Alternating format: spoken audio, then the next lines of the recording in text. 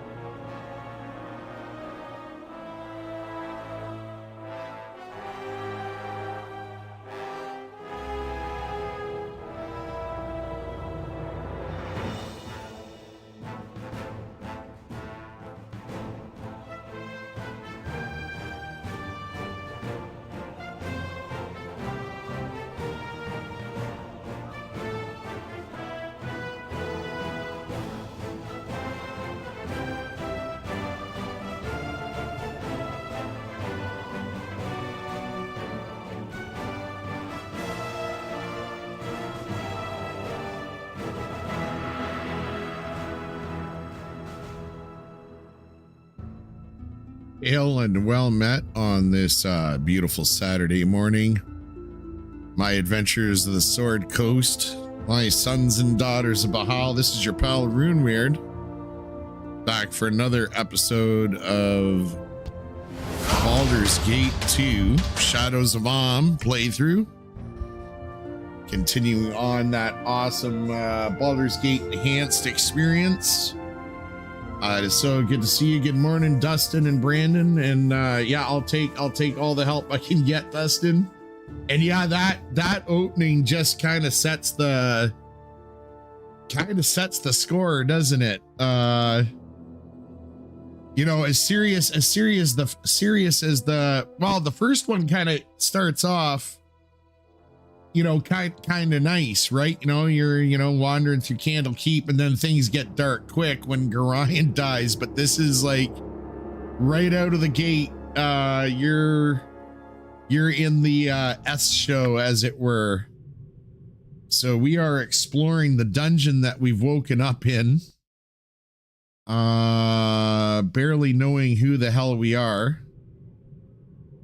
We've had some very interesting encounters so far. A djinn, creepy experiment room.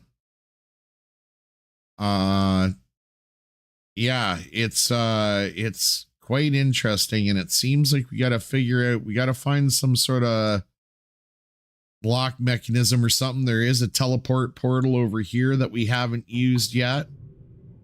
And I'm just kind of fleshing out what we can see the dungeon, if I remember correctly. Yep. Gotcha.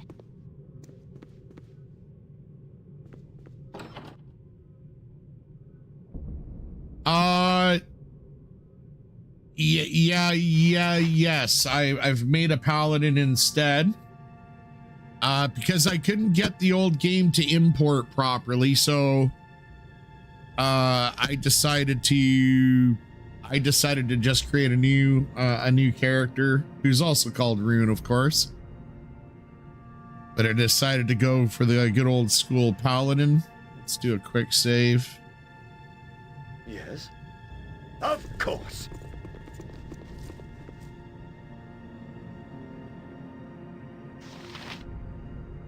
What do you want? Good to go. But one thing I really enjoyed about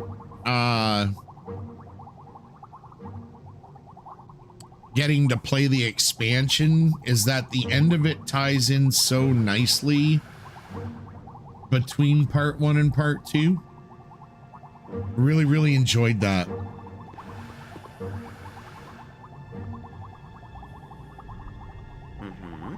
I wouldn't dream of refusing.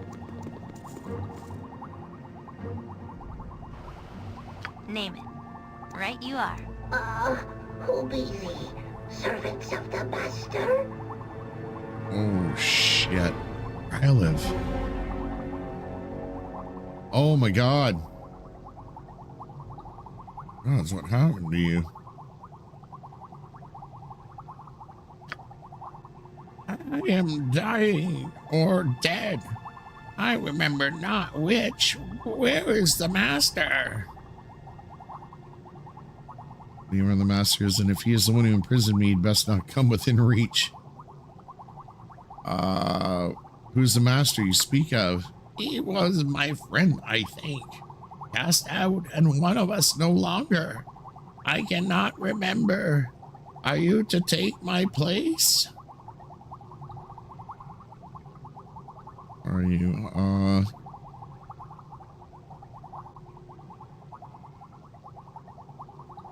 tell me, friend, do you know how to leave this place, how to escape? Prisoners be ye? Truly I have been dead, but not dead too long. I seek release. I have been alone for too long. The master can take nothing more. I am forgotten. You mean by forgotten? Why are you in this jar? It was a faithful hound to the master, a friend even. I was dying or dead, I cannot remember which. Truly, you are a stranger to this place. Eternal life was to be my reward for faithful service. The master has suspended me until he can cure me. Return my youth to me. You desire release from this non-death? How can I help you? Release? Yes, master. I no longer wish to come back. Let me slip into the oblivion that has been denied me, please. Calmly, my friend, how is it that I can help? This unit that contains me is powered by cells, by crystals. Take them, and I can sleep. Die, again die at last.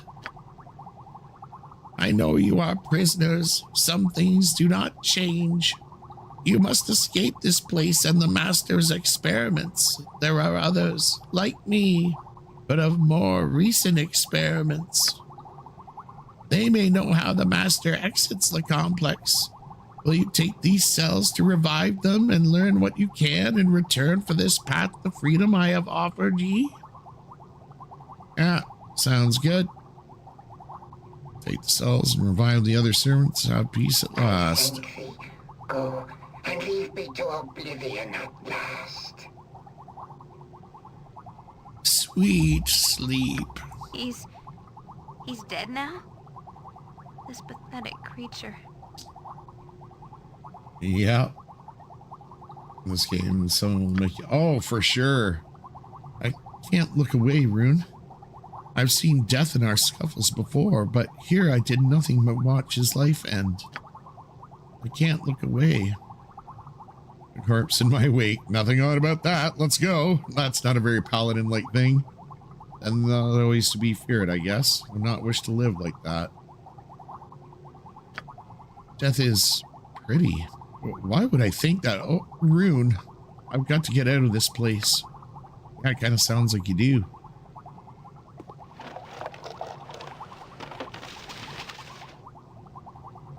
Activation stone. Energy cells.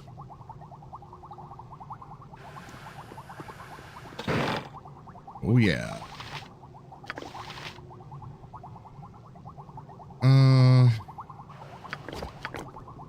Suppose it's not gonna hurt.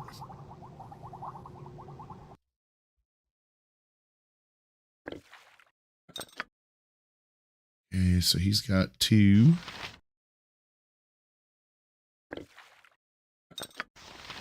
There we go. The old pin cushion himself. Gotta make sure he's got healing pots.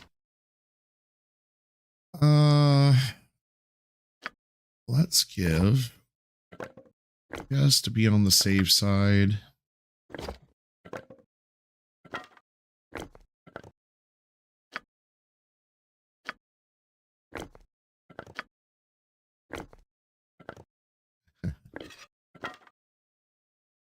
All right. Quick save. And that's it for this room by the looks of it.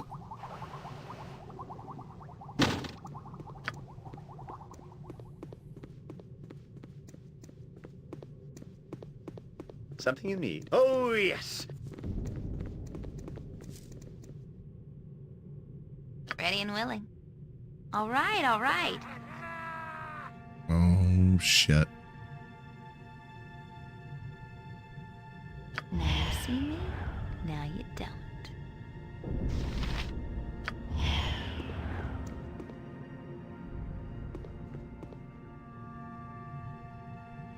A den of stinking evil.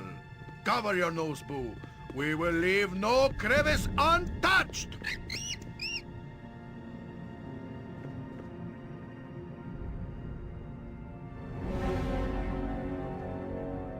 Yes? Just as I thought. Something up?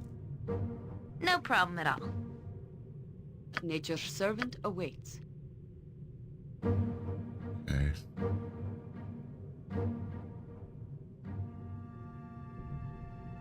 It's a really good two-handed weapon in this game. I'll show you when the game moves on. This Awesome. place is just time to move.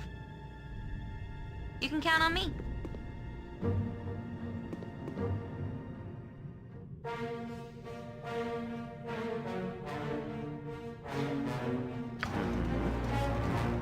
Great fun! Right? Onward.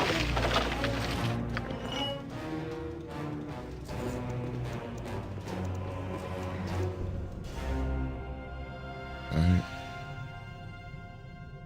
Yep. This way then? Whoa! Whoa, whoa, whoa, whoa, whoa. Something you need? I await your need.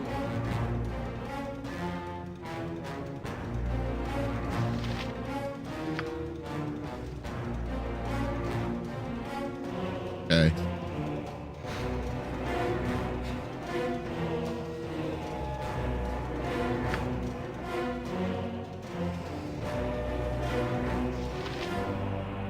You're not gonna keep me here.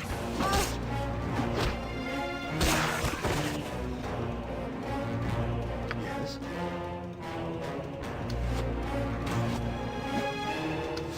Gotcha good. Go for the eyes, Boo. Go for the eyes! Yeah! Task at hand.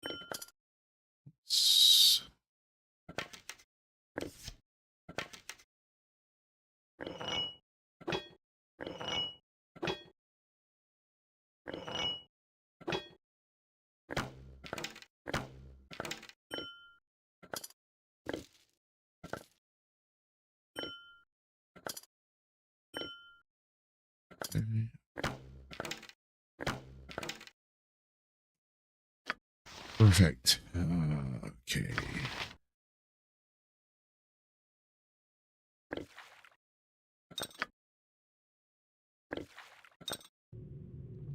What do you want?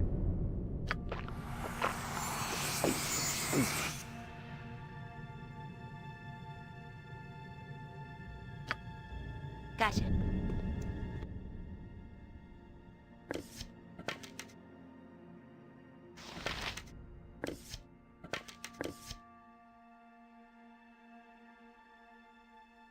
Okay.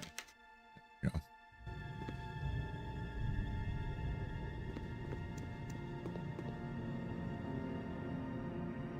Mm-hmm. As you will. Name it. Good to go. So far, so good.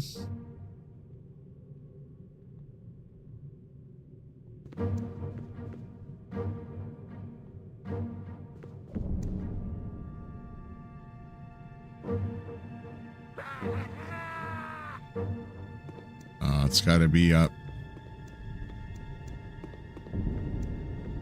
this way. Something you need? Of course.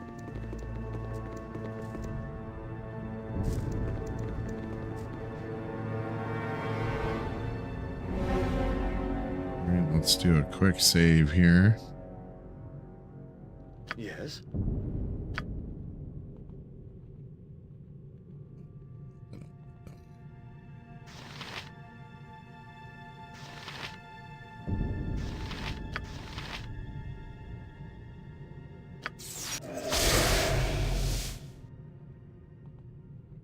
Mm-hmm. I wouldn't dream of refusing. Okay. Ready and willing. Something you need? Just name what you want. Uh-oh.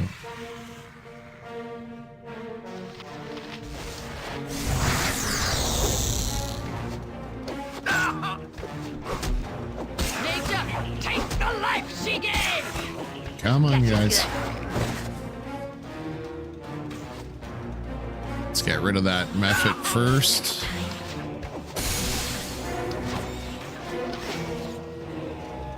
Go for the eyes, Boo. Go for the eyes! Yeah! To battle! No regrets!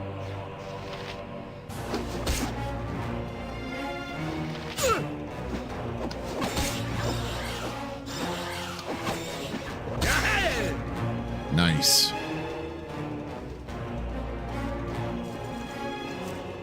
Oh, this reminds me so much of Candlekeep. Dusty old tomes all over, bookcases nearly spilling.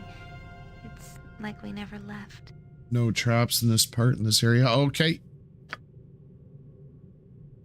We did, didn't we, Rune? Just want to go home again. Doesn't matter where it is, just so long as I can call it home. We'll do the best we can, my dear.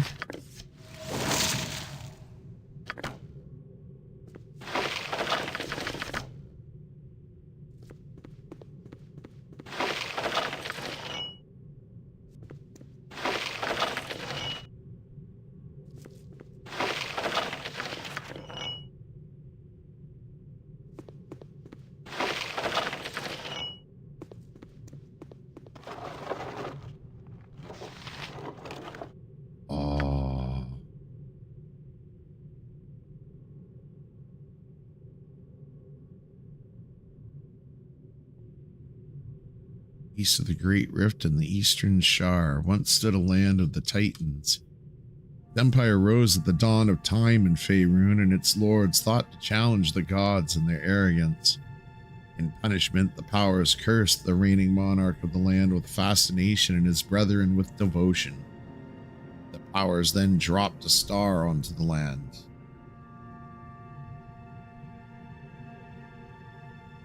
Save it. Yeah, for sure, for sure. That's why I'm kind of reading them, because I do love the fact that they went through so much trouble to write so much history of Faerun. The impact of the fallen star created a huge valley later known as the Sea of Fallen Stars. Oh, cool.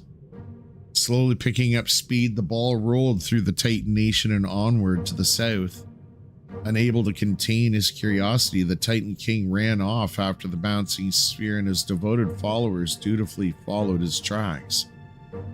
The meteorite rolled on until it reached the Great Sea and vanished into the depths.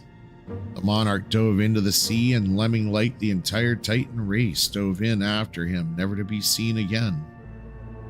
Ashamed at the destruction they had wrought, the powers vowed to keep both curiosity and loyalty firmly in check to avoid such disasters in the future. They have done so to this day, preventing both new ideas from being pursued with any speed and the intelligent races of Toril from ever fully cooperating. Interesting.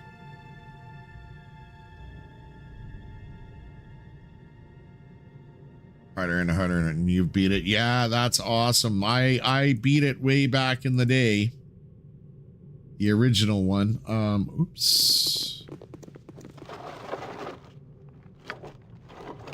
History of Moonsea. The Moonsea has a long history as the border between the elven lands to the south and the darker, more sinister lands of the Ride and Thar, home of dragons and giant and ogre tribes in great multitudes. The deep sea was an excellent barrier to the raiders, as those tribes who sought invasion had to detour around and through the lands that would eventually hold Yulash, Thental Keep, and Hillsfar. The first true settlement in Moonsea was North Keep, a shining citadel established as a beacon of civilization and a jumping-off point for merchants seeking trade with the dwarves of the north, including not only Tethiamar, but the clans of the Cold Lands, who traded their metalwork and craft for much-needed magic. In the end, North Keep was sunk beneath the icy waters of the Moonsea by the inhuman forces, and humankind suffered one of many setbacks in the region. So has been the nature of human habitation in this region since the beginning. Human settlements thrive for a few years, usually through sheer willpower and on the strength of a sharp sword, and then are overrun by goblins, orcs, dragons, beholders, or giants. Land has fallen and risen again. Yulash is a ruin where a decade ago there was a thriving town. Alberg and the Silesprin are empty hulks. Each of the cities of the Moonsea seems threatened with extinction in its turn, then is rebuilt. The cycle may be the reason that only the strongest and most savage survive, even prosper in the lands of the Moonsea. The great cities Hillsfar, Mulmaster, and the impenetrable Thental Keep are all ruled by evil people who control their lands with iron grips. The lesser cities, Elventree, Flan, and Thentia, may be less evil, but have a strong, independent, almost chaotic nature. In many ways, the Moonsea is a frontier with a frontier mentality. Frickin' awesome. History of the North, the first flowering. For millennia, gold elves dwelt in Ilefarn, where Waterdeep now stands, and Ireland along the River Shining. From their ornate forest cities, they traded with emerging human nations like Netheril and Illusk, and repulsed the attacks of the goblin races. Meanwhile, dwarven clans united in the nation of Delzun, named for the dwarf who forged the union. The nation, existing primarily underground, extended from the Ice Mountains to the Nether Mountains. Silvermoon Pass was its western border, and the Narrow Sea its eastern shore.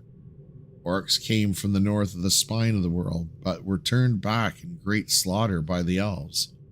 To this day, this is the homeland and stronghold for orcs and similar races.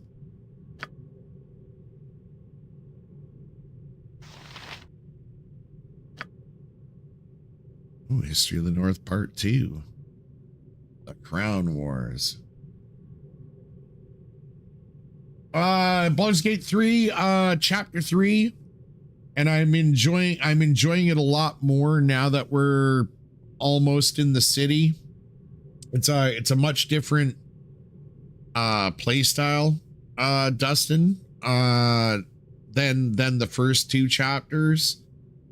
Like I'm really enjoying the couple of side quests that we're on. Like they're kind of almost like murder mysteries, which is a lot more enjoyable. And I'm also playing with Creative Canuck, so doing it multiplayer is a lot more is a lot more enjoyable than doing it by myself.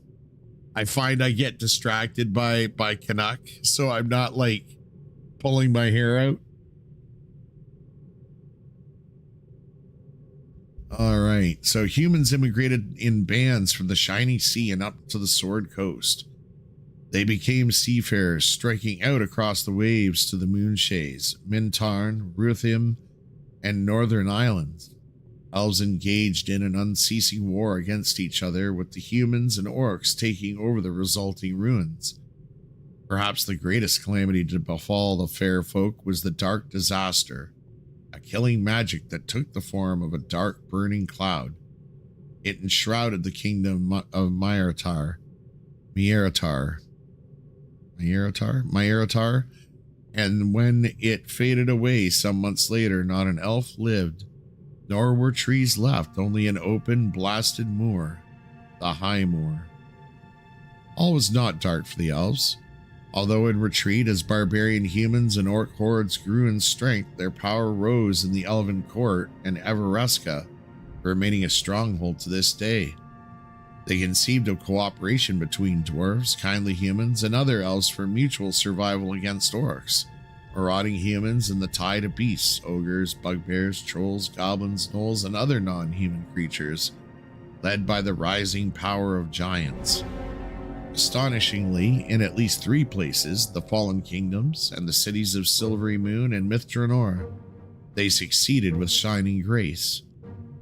To the east, on the sandy shores of the calm and shining narrow sea, human fishing villages grew into small towns, and then joined together as the nation of Netheril. Sages, believing the fishing towns were unified by a powerful human wizard who had discovered a book of great magic power that had survived from the days of thunder, a book that the legend calls the Nether Scrolls. Under this nameless wizard and those who followed, Netheril rose in power and glory, becoming both the first human land in the north and the most powerful. Some say this discovery marked the birth of human wizardry, since before then mankind had only shamans and witch doctors. For over 3,000 years, Netheril dominated the north, but even its legendary wizards were unable to stop their final doom. Frickin' cool.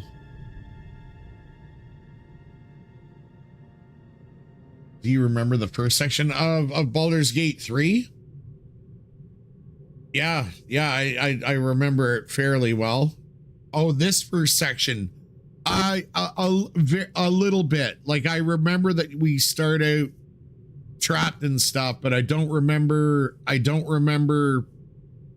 like how to get out or anything like that. But I mean the layout all looks familiar. If you know what I mean. Like I remember the experiment room and stuff like that, but I mean, man, it was so long ago that I played that it's kind of like playing it for the first time in a way, even though like I know we, you know, like I say, I knew we would start off captured and all that stuff. But yeah, it's quite fun, and I love and I do apologize, guys. I do love reading this stuff because you know they put so much work into it, and it really fleshes out the world that you're in. It is one of the things that I wish they would have done a little bit more of in Baldur's Gate 3. In the waning summer months of 1367, an immense orc horde descended from the spine of the world, intent on winding its way south into the trade lands of the north.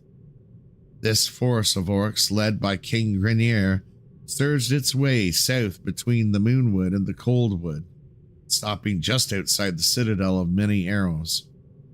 King Obold, orc ruler of the citadel of Many Arrows, was terrified at the prospect of another orc horde, despite the fact that he knew they should be working together against the humans of the north and the spawn of Hellgate Keep.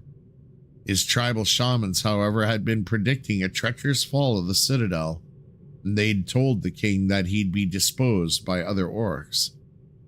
Thus it was a dark day when King Grenier and his horde of 150,000 orcs appeared in the plains outside the citadel of Many Arrows. King Obold announced to his followers that this horde had been sent to dislodge them from their home and send them out to be scavengers amongst the plains. He vowed that as Gromish was as his witness, the citadel of Many Arrows would slaughter these treacherous orcs like elves during a festival. For 4 months, the 40,000 orcs within the citadel held their ground. Assault after assault was mounted against the high walls of the garrison, but the attacking orcs were losing far more than the defenders. Still, the living conditions within the walls, never too good to begin with, created losses of their own. The battle for the citadel of Many Arrows culminated during the first week of Uktar, as another light blanket of snow sought to bury the gathered orcs. King Grenier threw his entire remaining army at the citadel, bursting its gates and pitting orc against orc in a flurry of swords.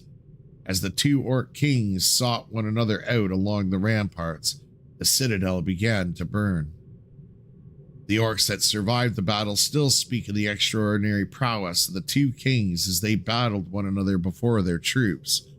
Finally, however, King Obold ran Grenier through with his longsword, but Obold was severely wounded by the time Grenier had breathed his last breath. The orcs erupted into battle once again, and no one is quite certain what became of King Obold. It was through the smoke and snow that the victors of the conflict emerged. The dwarves of Clan Warcrown, along with a contingent of troops from Silvery Moon. Charging in through the shattered gates, these new attackers quickly routed the exhausted orcs of the citadel, sending them scurrying off into the wilderness. King Emerus Warcrown now rules the citadel of Many Arrows, though the dwarves now call the city by its old name of Felbar. Most in the north still tend to refer to the city as the Citadel, however, waiting to see if it can withstand the next orc horde. King Warcrown has put out a call for all dwarves to help defend the Citadel. News of a new vein of gold and silver is spreading rapidly through the dwarven communities. Yeah, okay. Perfect.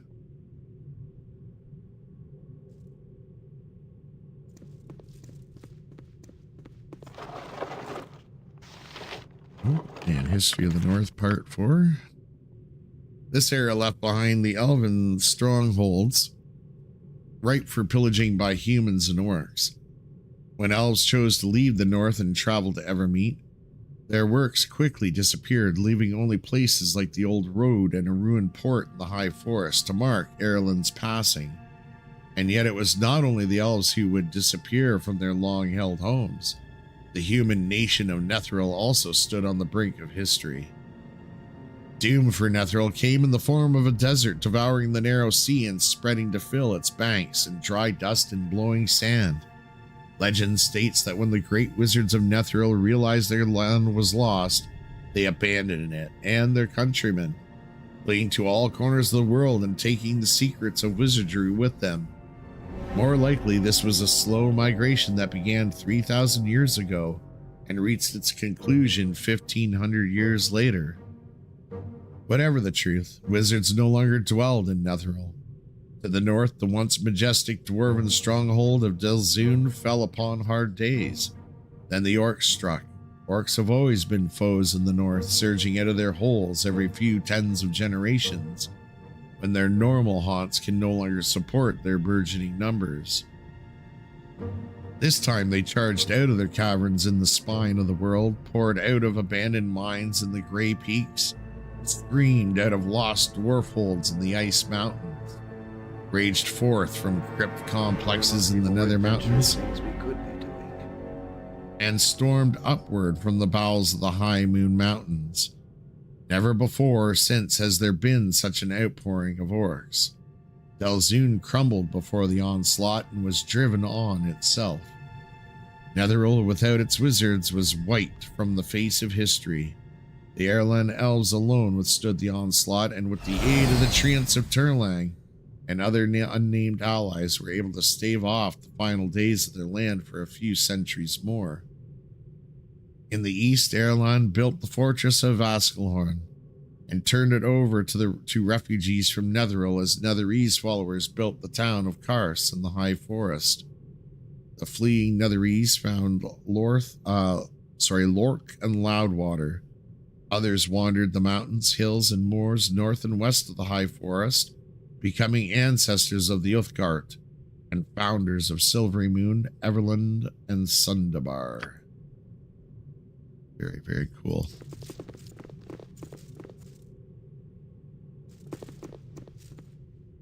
They'll be streaming later, do not know when. Okay, man.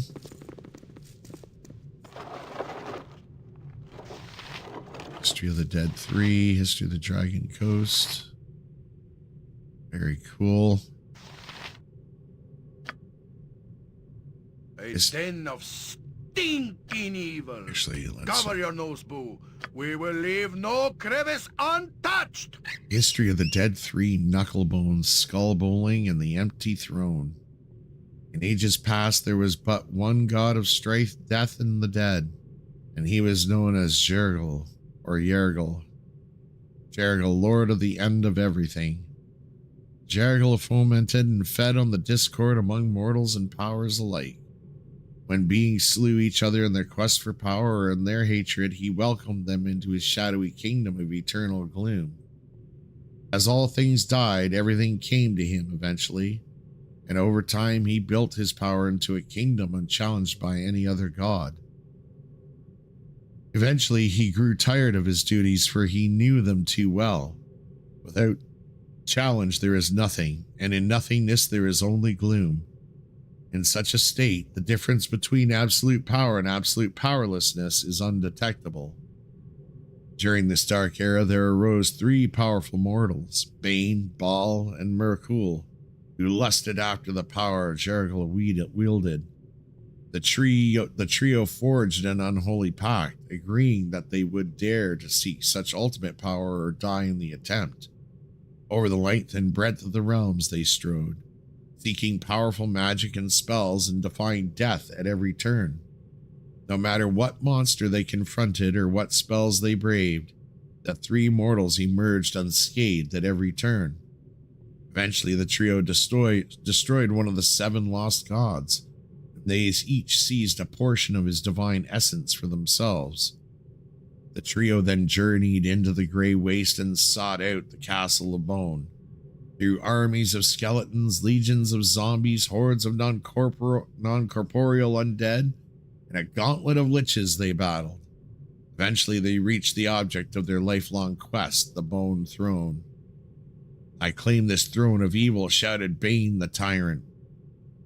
"I shall destroy you before you can raise a finger," threatened Bhaal the assassin.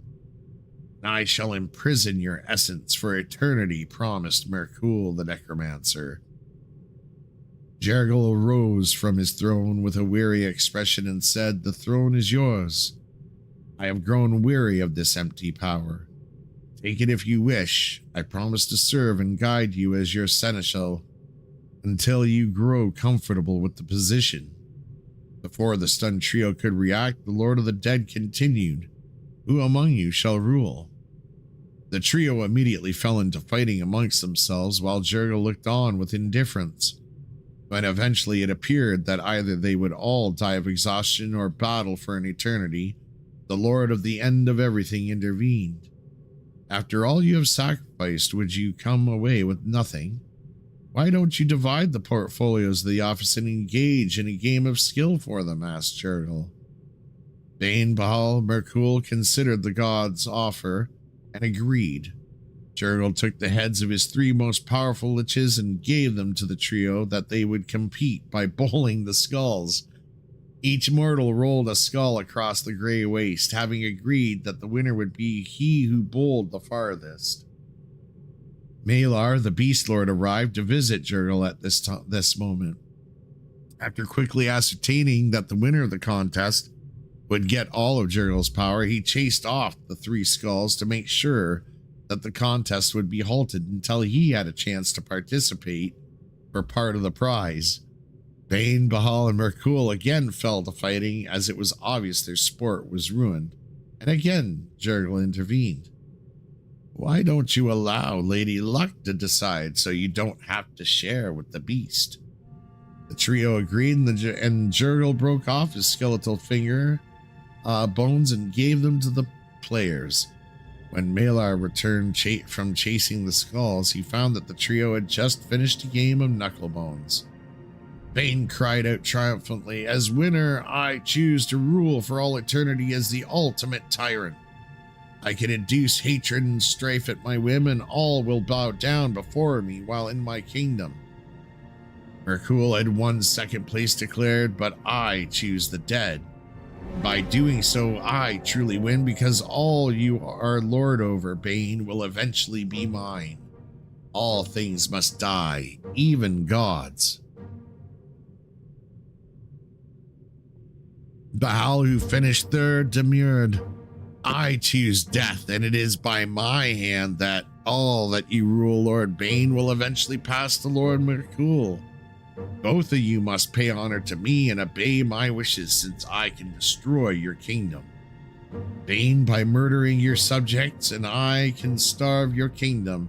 Merkul by staying my hand." Malar growled in frustration, "We could do nothing," and yet again only the beasts were left for him. And Jurgle merely smiled, for he had been delivered. Frickin' awesome. History of the Dragon Coast. The history of the Dragon Coast is the history of money, particularly the darker side of the coin. Situated on the main trade routes between the Inner Sea and the Sword Coast, these lands never coalesced into a solid, coherent nation like Coromir or Sembia. Instead, small, petty city-states have risen and fallen, powered by greed and the most powerful merchant or pirate faction of the day. As a result, the Dragon Coast has always been the home of the smuggler, the pirate, the rogue, and the hired killer. It has been the place where those seeking to skirt the laws of more civilized nations to the north make landfall. It is here where the Red Wizards gain their access to the Western Heartlands, and where the cult of the dragon launches its plots to the south. And it is here that independent secret societies and assassin guilds have their greatest power. The last semblance of organized resistance to this trend was the reign of Varavan, last of the kings of Westgate. The monarchy of Westgate had long worked closely with the various mercantile and pirate factions, but Varavan attempted to stem the growing power of the merchant houses and petty lords. His sudden and mysterious death without acceptable heirs in 1248 Dale Reckoning opened the door for much of what now is commonplace in the Dragon Coast: corruption and treachery. Well, I wonder why he died mysteriously. You don't tell that you don't try and curtail the merchants, my friend. Just 1 second here, guys.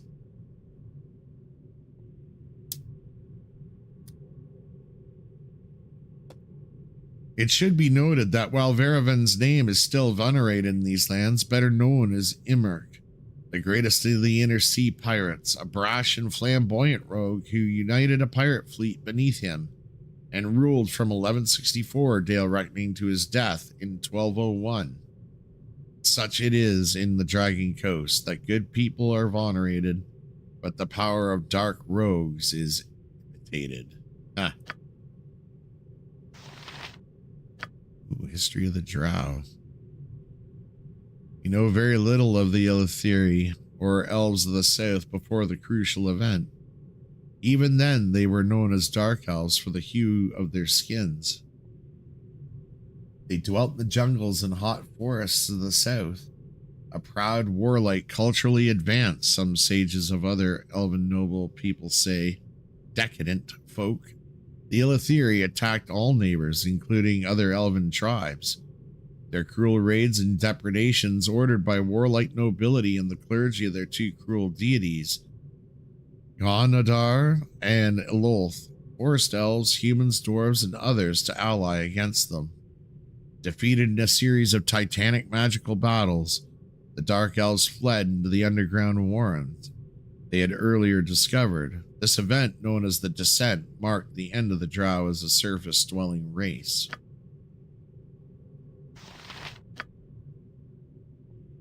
And the history of the Drow, Part 2. The warlike Drow nature did not change when they escaped their surface foes during the Descent. In fact, they immediately launched a series of wars to establish territories in the Underdark. They began by stealing and seizing dwarven magical items and using them against the dwarves, establishing an enmity that is still strong today. The Drow then fought amongst themselves, noble against noble, priest against priestess, for rule of their new realm. This all-out war ended amid great magical explosions and brought down the roof of the largest dwarven cavern they had seized, Great Barrenden. The ceiling collapsed entirely, burying many Drow and shattered dwarven cities. The cavern, now open to the sky, became known as the Great Rift. The surviving Drow nobles gathered what people, slaves, and equipment they could seize and fled into the Underdark in search of places to dwell. The scattering brought about the many rival, self-interested cities where most Drow live today. This is freaking cool. History of Waterdeep 2. Oh, I wonder if we're going to run into History of Waterdeep Part 1.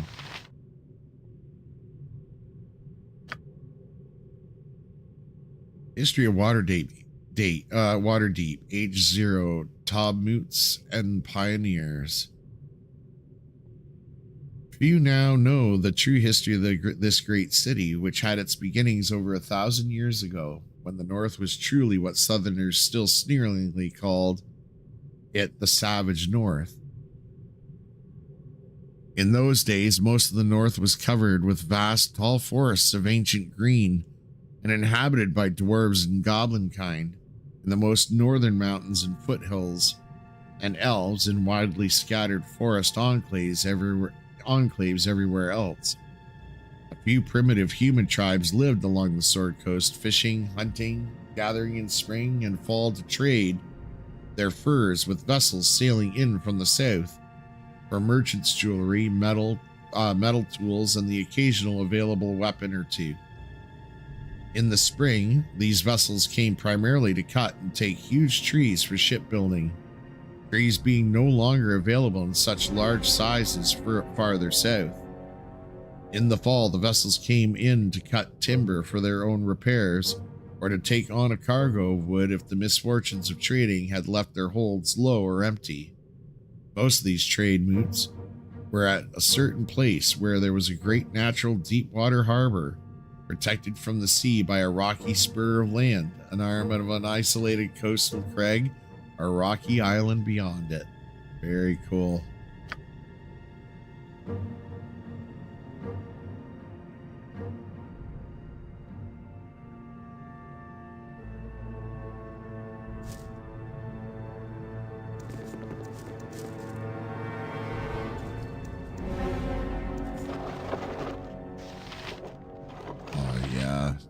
Man, they really went to town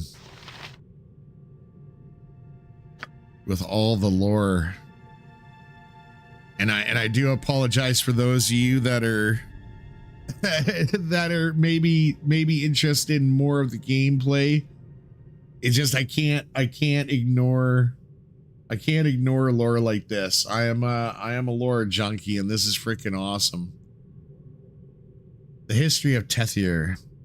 For the past 1,500 years, Tethir has had a single strong family ruling with absolute power. When a king died or became incapacitated, his oldest son took the throne. As the family trees of those close to power became more intertwined and complicated, there were the inevitable wars of succession and bickering over which second cousin was the true heir to the throne. Civil wars were brief, however, and once the fighting was over, the system returned to normal until the next major dispute in a few hundred years or so. The established recurring cycle was broken 10 years ago. The current ruling family had been in power for over 350 years, so long that they had dropped their own family name centuries ago. No one even remembers it now, and simply called themselves Tethir. King Alamander IV was comfortably ruling from Castle Tethir. The country seemed happy enough, but there was a broad current of dissatisfaction among the people of Tethir. Non-humans were forbidden by law to own land, and since most rights and privileges accorded citizens were based on land ownership, they became second-class citizens as well. Things were especially bad for elves, who were driven deep into the forests of Tethir by royal armies. Alamander IV took land away from rightful owners and gave it to nobles, who promised larger contributions to the royal treasury. If we're going to do nothing, let's at least find a safer place to do it. These social and economic inequities, coupled with several harsh winters and bad harvests in a row, made the time ripe for change. It takes more than just a couple of lousy winters to depose a king, however. It takes treachery as well. In the house of the fall of House Tethir, it took an ambitious general and an impatient royal heir, let's at least find a safer place to do it. Alamander IV, to make room for him. Royal heir Prince Alamander grew tired of waiting for the robust Alamander IV to make room for him, so he struck a deal with the general Nashram Sharbanath, commander of the king's largest army. While Sharbanath marched his army towards Tethir, bringing along a sizable group of angry peasants recruited with the promise of land reform, the would-be Alamander V downplayed alarming reports from the king's spies and advisors, silencing the most persistent permanently through murder or exile. By the time Sharbanath's army arrived and laid siege to the castle Tethir, it was too late for loyalists to help. It is strange that we stand about when there is so much to do. I forgot to pause the game. That's why the party's getting all cranky. Sharbanath launched a direct assault on the castle, using the expendable peasants as shock troops. A handful of elite soldiers let in a secret entrance by the prince would eliminate key guards and open the gates. At the same time, the prince, one of the few people allowed to see the king directly, would murder his father. Fire set by the elite troops would destroy evidence of treachery. The general and the prince would emerge from the conflagration and announce a new joint government. The plan was executed perfectly, but only up to a point. Sharbanath double-crossed the prince. His men were much too efficient in setting the castle ablaze, and Prince Alamander, along with most of his fellow conspirators, died horribly in the fire. At about the same time, a spy planted on the general's inner staff by the equally duplicitous Alamander murdered the general and dissolved his body with a powerful acid before anyone could come to his aid. Oh my god. This is like Game of Thrones. To make matters worse, everyone had underestimated the resentment the people felt for the royal family.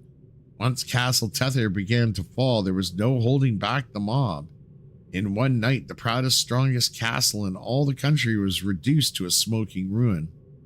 Everything of value, fine tapestries, plates and silverware, furniture, jewelry, weapons, clothes, armor, paintings, statues, etc., was either stolen, burned, or just ripped apart and stomped into the dust. As news of the fall of the royal family spread, so did the chaos. In what is now known as the 10 Black Days of Elent, anyone known or even suspected of blood connection to the royal family was put to the sword. This led to some darkly humorous moments as social climbers who had bragged just a week before of being a sixth cousin twice removed of a royal aunt tried in vain to convince an angry mob they were only kidding. The nobles who were the biggest supporters of the royal family also came under attack, and some baronial keeps fell. Local leaders who had adequately distanced themselves from the Tethir family or were If popular we're enough going or to do feared nothing, let's strong at least enough find a safer place to do survived. it. These surviving nobles became the initial players in the fight to decide the fate of Tethir. One thing was certain, any leader or type of government that too closely resembled rule under the Tethirs could not be accepted, or would not be accepted. Royalist became a dirty word in Tethir society. The power struggle continues to this day, and there is no sign of it ending anytime soon. Oh, that's freaking cool. Here, we'll hit pause that way. History of the Bell in the Depths.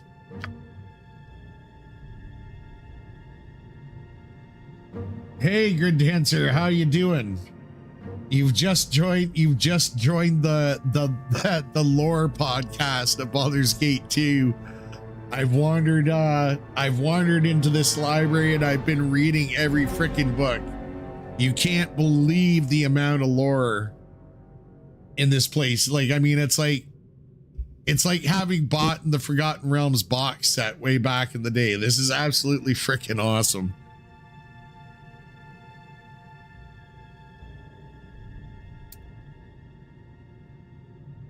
One of the great and mysterious sites in the Moonsea area, the Bell in the Depths is connected with legendary Northkeep, an island kingdom that was the first great citadel of humankind in these cold lands. Northkeep was a great and magical city, and it was under the protection of these magics that humanity first began to press back the orc hordes and take command of the sea. The power of Northkeep made it an obvious target for orcs, giants, and other evil races. However, these creatures were not inclined towards sea actions, and Northkeep seemed safe until the day when, according to legend, 40,000 inhuman mages, shamans, witch doctors, and priests of all foul races gathered on the northern shore of the Moonsea and began to chant, bringing the vengeance of their gods down upon the human interlopers. The gods, at least some of them, came and destroyed their priests for disturbing them, but also sank Northkeep beneath the waves. Oh my God. The upper reaches of Northkeep, its slender, now broken spires, can be seen beneath the water by boats that sail nearby. This is not attempted often, however, as the region is said to be haunted by the original defenders of Northkeep, seeking company in their watch over the cold lands. On fog-ridden nights, the bells of the tallest towers, despite being submerged, can be heard as far away as hills far. Wow. That's freaking... That's creepy. History of the Chosen of Mystara. The reason why Mystara, the goddess of magic, invested a portion of her divine might in mortals is not known. One of the more popular theories, and one that is gaining more support in light of the goddess's other actions during that period, is that Mystara foresaw the time of troubles and her own passing at the hands of Helm, and chose to give some of her power to mortals in order to ensure that her successor, the female mage Midnight as it turned out, would have a number of nearly immortal allies in the struggle against the schemes of the gods. The now dead Bane, Merkul, and Bhaal, who precipitated the time of troubles by stealing the tablets of fate. The theory goes on to suggest that Mystra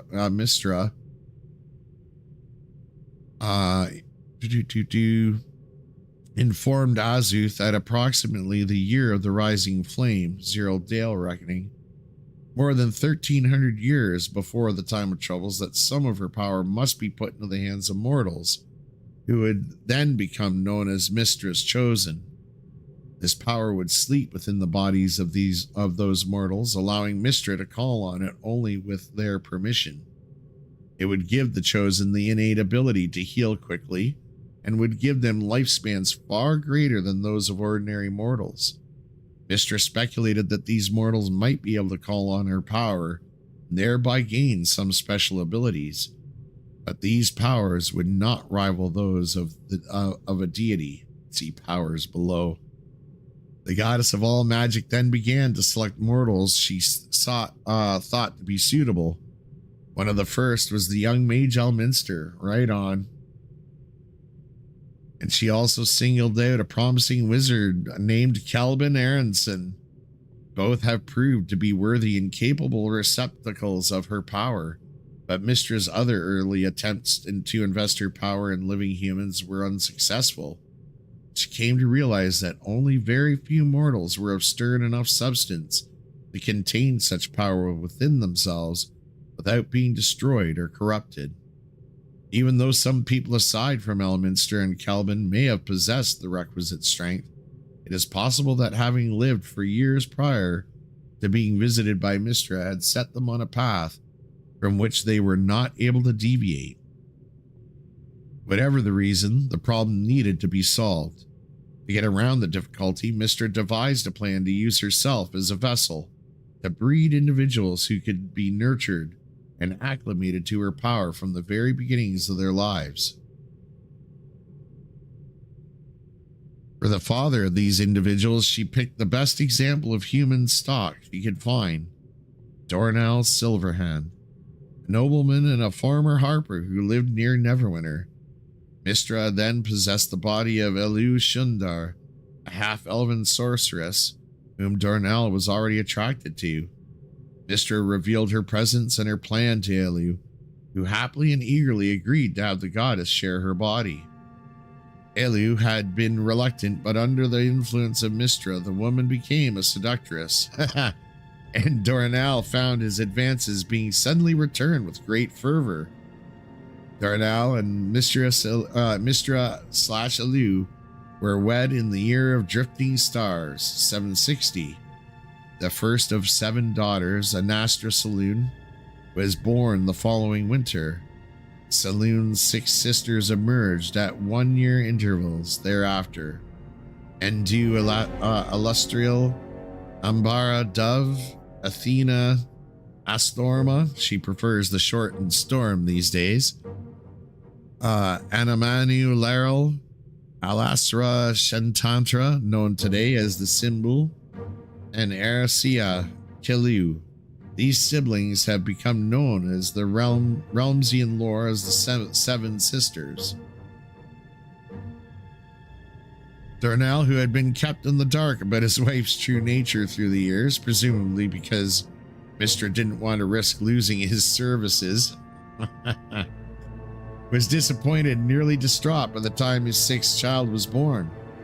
He had always wanted sons as well as daughters. More importantly, he was seeing his wife deteriorate right before his eyes. The strain of coexisting with the goddess all these years had turned Elu into a withered shell, in essence a lich, clinging to life only because Mistra's power was within her. When Elu was carrying her 7th child, Dornell consulted a priest who told him his wife had been possessed by an entity of great magical power. To spare both of them any further agony, he attempted to slay his wife's physical form by severing her head from her body. As soon as he had done this, Mistra was forced to reveal herself to him, and she went on to explain her scheme. Just as she had worried would happen, Dornell was aghast at how he and his wife had been used by the goddess. He turned his back on the corpse of his wife, abandoned his lands and his children, and vanished into the north. Mistra bore him no ill will and in fact protected him for the final 30 years of his life. When Dornell finally did meet his end, he called out to Mistra, and the goddess granted him continued existence as her servant. Now known as the Watcher, Dornell Silverhand travels the world, unseen by mortals, on a continuing mission to locate candidates to swell the ranks of the Chosen, and to identify possible threats to Mistra and her minions. Wowzers.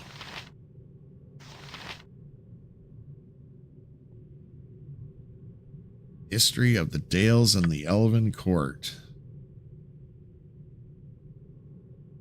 The founding of the Dalelands long preceded the creation of any of the existing Dales by hundreds of years, and the year numbering system known as Dale Reckoning is actually a commemoration of humankind being given permission to settle in the lands north and west of the Inner Sea. Most of the current dales are relative newcomers, the older having been abandoned, destroyed, or overrun long ago.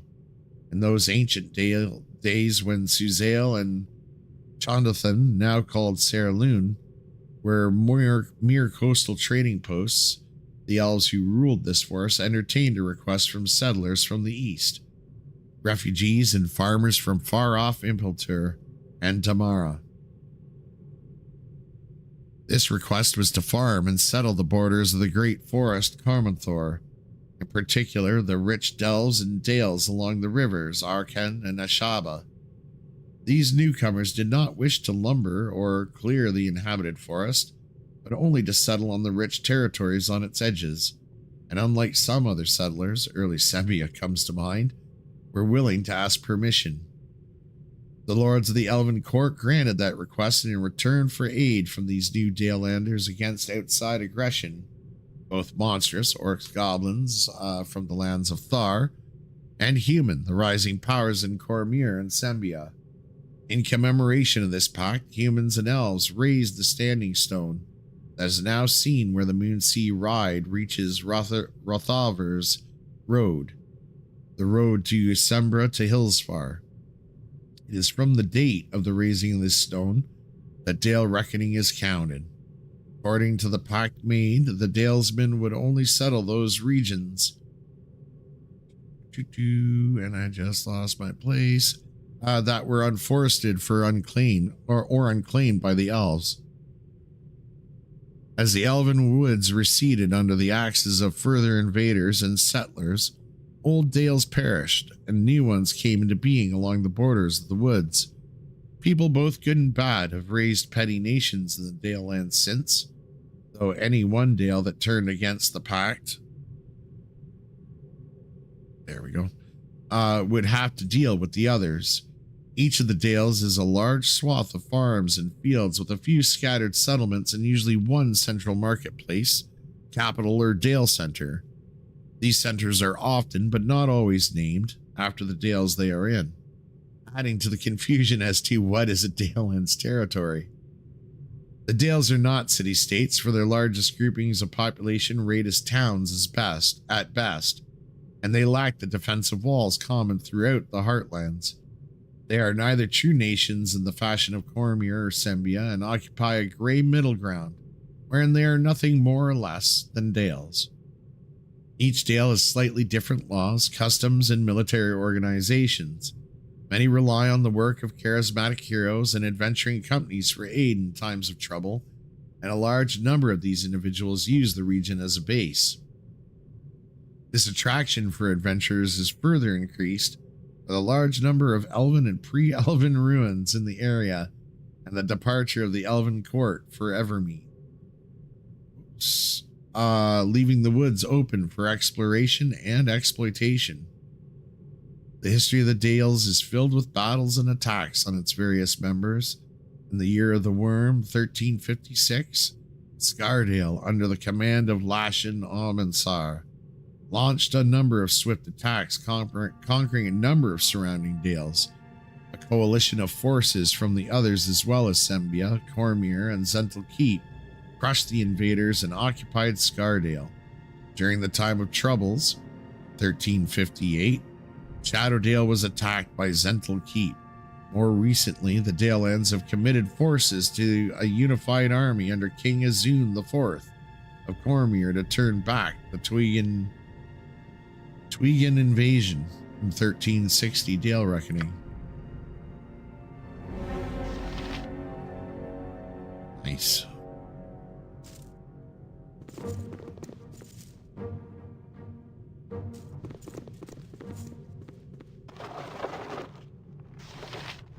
Oh, Shadowdale.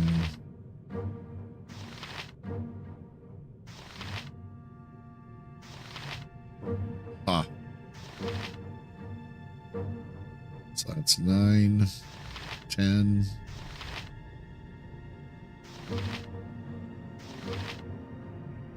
Wowzers. Alright, maybe we'll come back and do some more lore reading.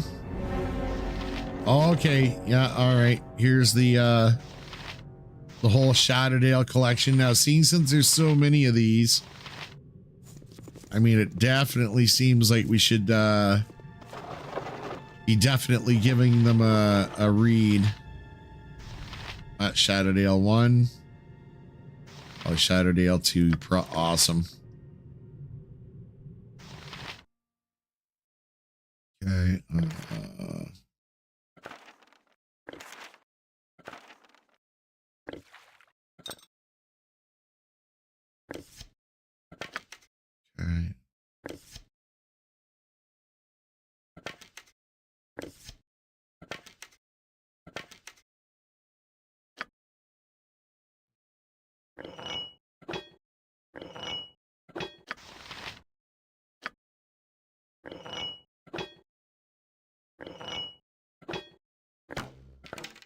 Okay, perfect.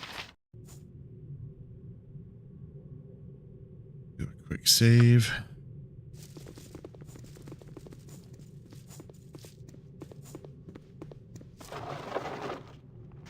Oh yeah.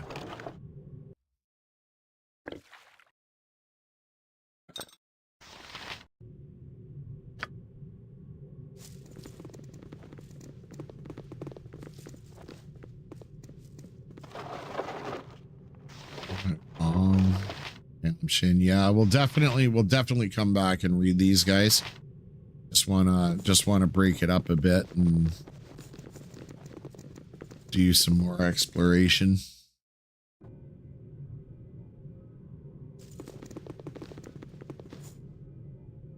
Something up?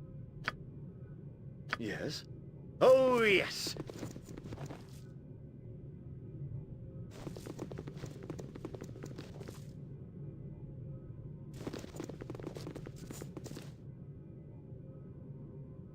Let's do a quick save again.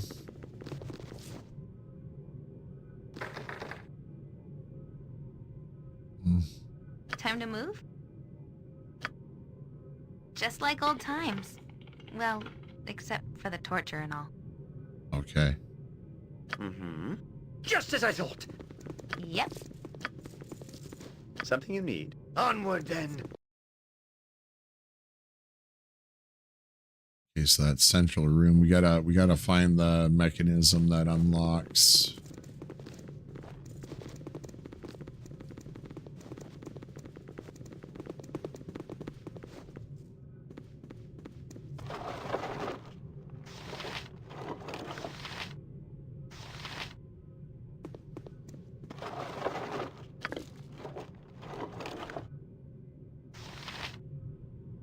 So much lore.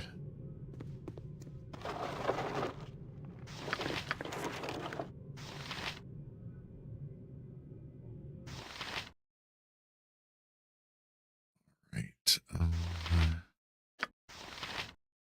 Okay.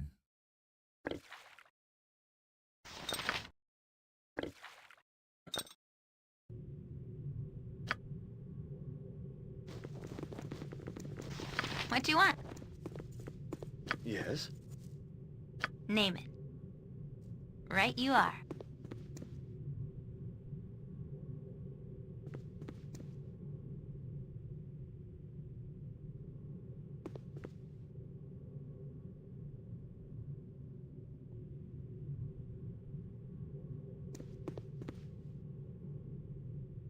Mm-hmm. To the task at hand. Ready and willing. All right, all right. Oh, hello. Something you need? As you will. Something up? No problem at all. Timber's bad enough without ye bothering me. Be alert, laddies. We've got company. Hold prisoners. You've come to the wrong place, I tell you true. Ilyich and his boys will stop you. And then I knew where this place was. I've no quarrel with you, Durgar. Suffice to say, this place is your doom. By the time the master returns, ye shall be dead and we shall be rewarded. Adam lads, no mercy. Hey, that's not nice. Yes.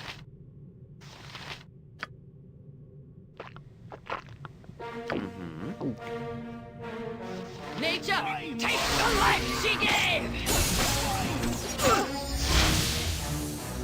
Time to move? Oh, geez, she got smoked pretty good there.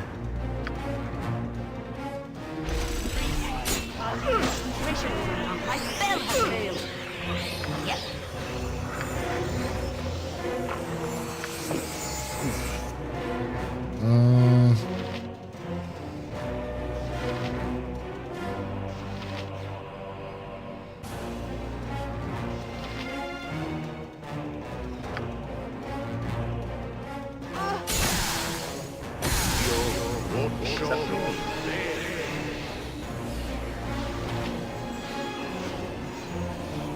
I am ready.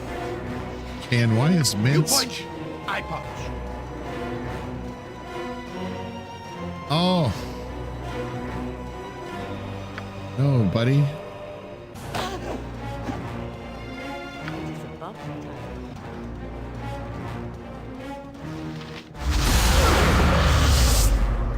Okay, and you What do you don't want? cast that anymore, please.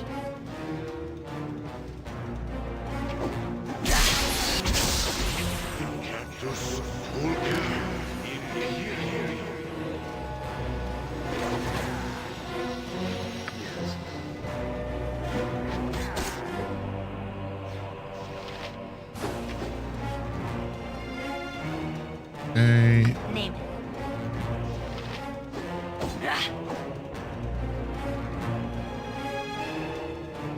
Swords, not words.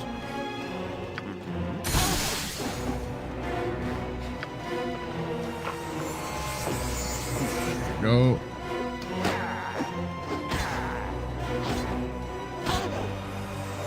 Something you need. Speak your mind. Fall, creature, and feed the earth! Hey. Those dwarves that attacked us. I read about them when you were skipping out of lessons back in Candlekeep. Durga, I think. Kind of evil, I guess, so I'm not surprised they would be working for our captor. Right, the little setup down here got everything he needs, including smiths.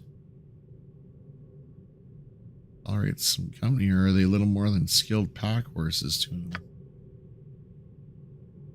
I doubt he cares for anything more than the quality of knives they make. He has a lot of them. I'm going to have scars in this. Looks like you will too. As if I need another reminder, Rune. I don't care what power this guy thinks he can tap in you. He's just sick to the core. We can't ever look back. Oh, It is done. ooh, hello. Acorns.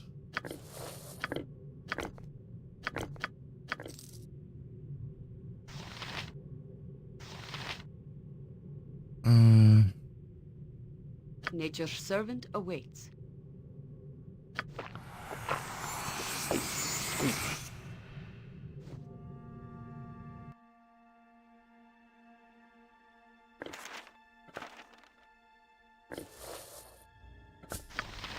Okay.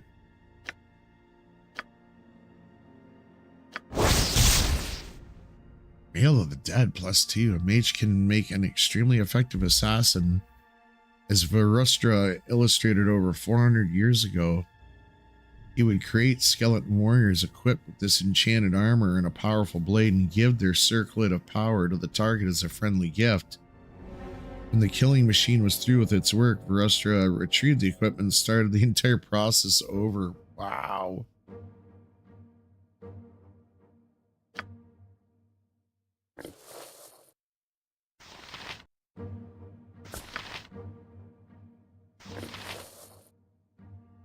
Yeah, let's get that chainmail on ya.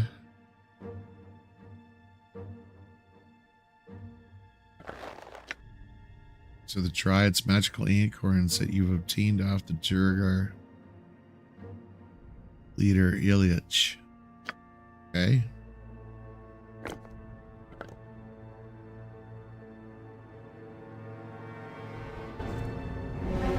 Yes. Of course.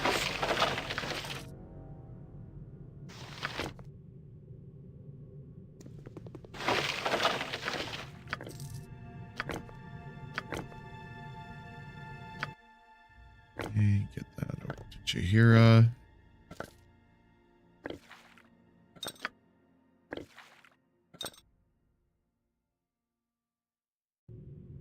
I await your need.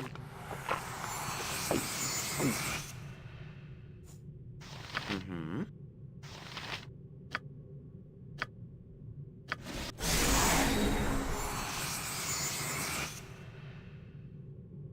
Something you need? I wouldn't dream of refusing.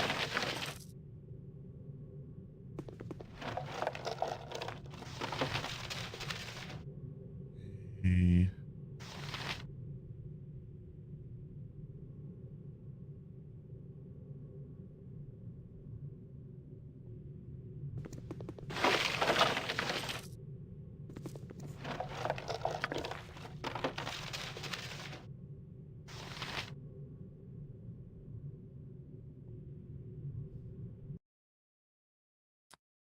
So we got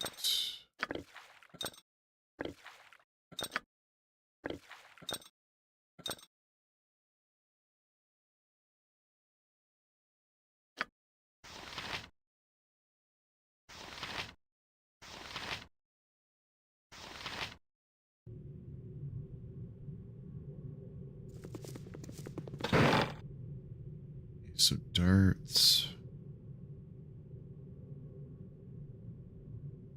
Ready and willing. You can count on me. Grease. Chainmail. Yeah, he's got splint mail on. Got chainmail. Okay.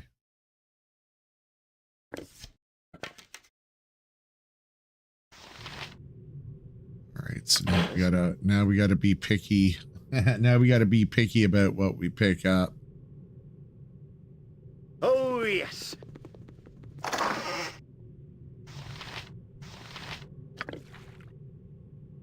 Minsk and Boo stand ready. Something up? Okay.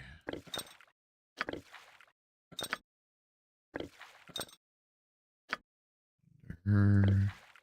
Minsk.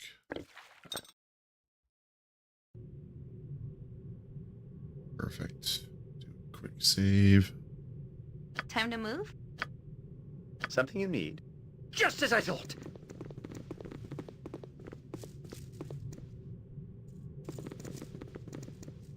Nature could find a home here if it were properly cleansed and balanced. Yep. This way then? Okay. Yes. Whatever I can do to help.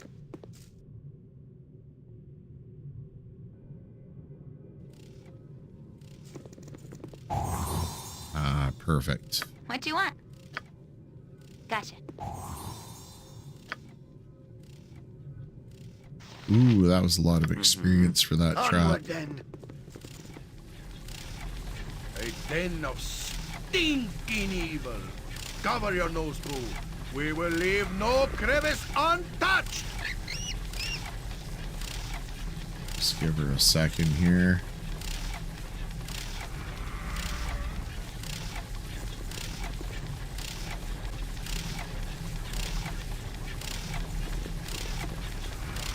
What the hell is this?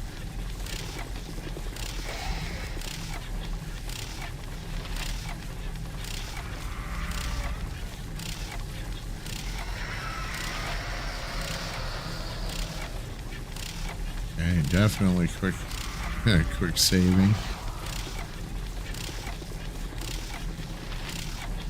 Ambien.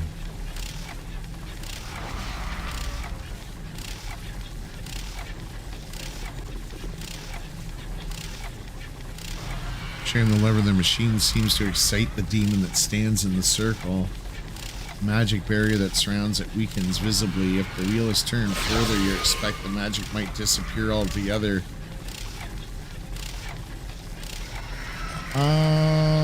Let's do a quick... Oh, cannot. Okay, well, I quick saved first, so... Bhaal, reach out with vengeance! Go for the eyes! Yeah!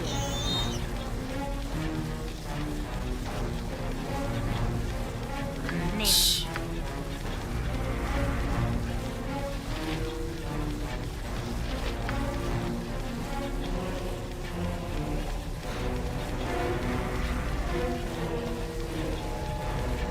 Sure, let's give it a shot. Oh, magic resistance. I'm actually surprised. Actually, is that?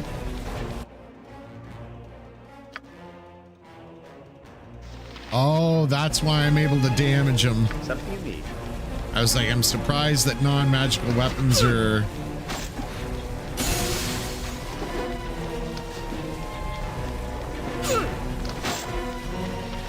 Nice.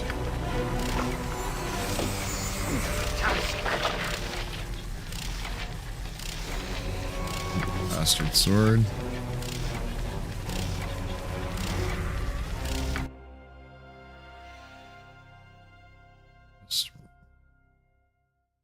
Yeah, bastard sword. Okay, so I'm equally proficient. Ah, too bad.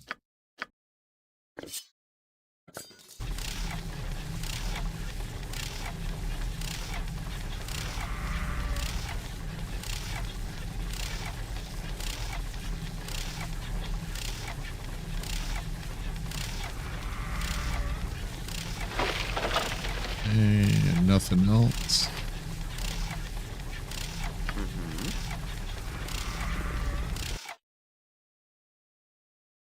All right, so I assume it's one of these things that we've got to wake up.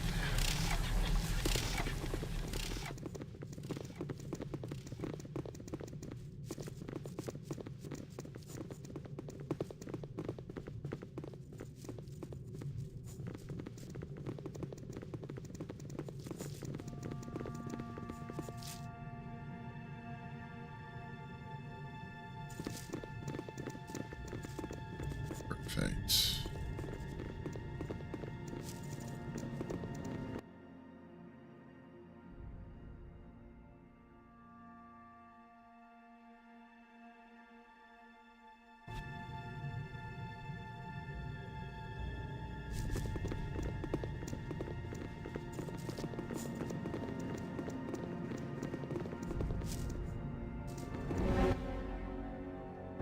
So we're gonna head back to that experimentation chamber. I think that's where we'll revive one of the creatures who should be able to hopefully tell us how to get the F out of Dodge.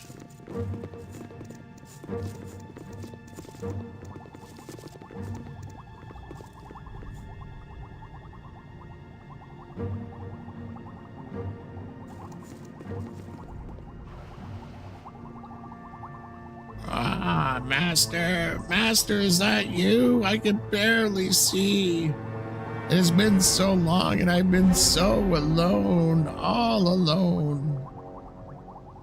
Dear Master, can you hear me? Do you hear me speaking? I did not mean to go into the mistress's room. I knew it was dangerous, so very dangerous in there. I was not trying to steal anything, truly. I was not trying to steal anything in the mistress's. I would never do that. I'm faithful to you always. Why am I here, Master? What has happened to me?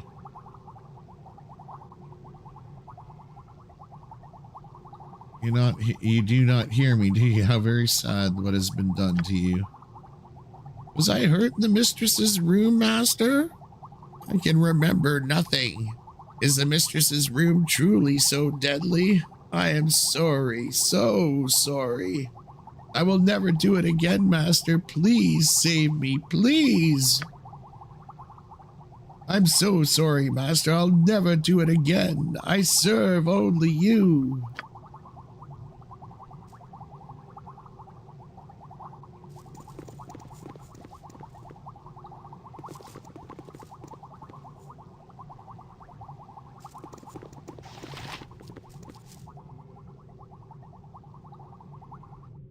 Oh, so long have I lain. Behind this prison of glass do I weep and rage. How long have you been trapped in that bottle, pray tell? I have called out so many, many times to thee, Master. Master! Why hast thou forsaken me? Why hast thou left me in this bottle to wither? Why? Who's this master of yours? Why did he do this to you? Master, thou didst place me here out of kindness, but thou hast forgotten me. Have I simply slipped from thy thoughts? Master, please hear me. This master has left you imprisoned in a bottle. What manner of person would do such a thing? Thou couldst not cure what was done, but surely thy magics have increased, Master. Thou didst care for me once. Let me help in thy search. Do not forget me here forever, please.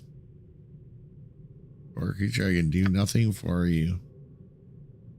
Why hast thou forgotten? There is no boon, Master. Please do not leave me.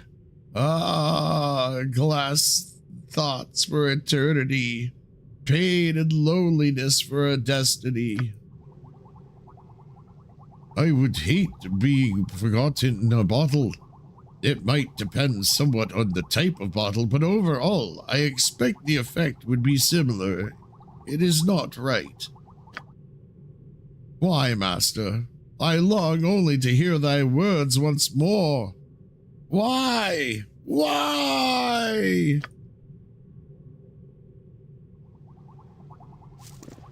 Get creepy. Master, you must hurry. The prisoner will break soon, and you will have the answers that you seek. No, Master, I have not had the golem open the cells. He has no key. I beg your forgiveness, Master, but did you not leave the cell key at the table in the jailer's room? Thank you, Master. I shall return to the prison.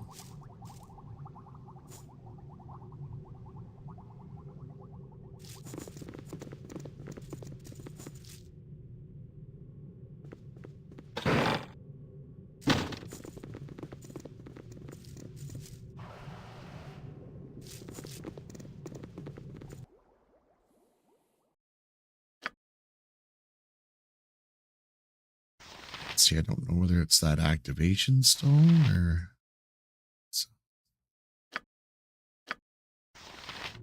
We'll go back to the... the light. Ages of weariness. Ages of burning. My master, I beg of you. Oh, yes, it is I. I'm no master of yours. How is it that you've been in prison so... It's burning me. My skin is afire with the crawling of ants. Oh, please, Master, save me. I am not like your genie to be coiled within a bottle for Yeah, I already talked to the genie. Please listen to me. Can you tell me nothing of this place? Please, Master, the ants. Does your genie save nothing of yours that may aid me? I will take the statue and speak to it myself. If you will but let me. Expect that you cannot even hear me through your madness. Is this true? Do you hear me? Please give me the statue, Master. The pain crawls along my skin. Aid me, Master. The genie must have magic, must have something. Oh, please, the pain. Language has driven you mad, I see. I wish there was something I could do. Ah, the burning. It is monstrous that one would do such a thing to a servant.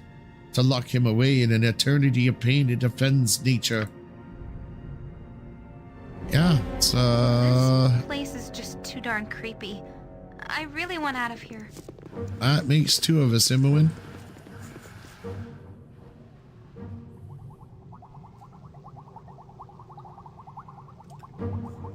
All right.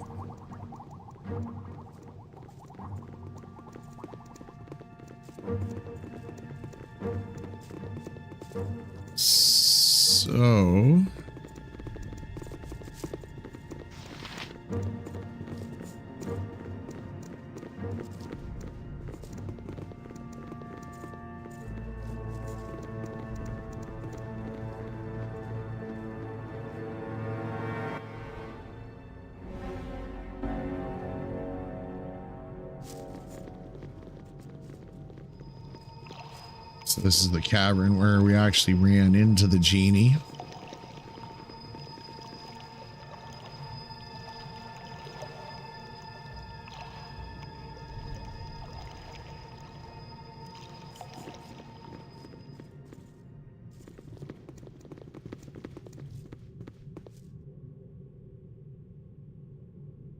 Oh yeah, the lightning.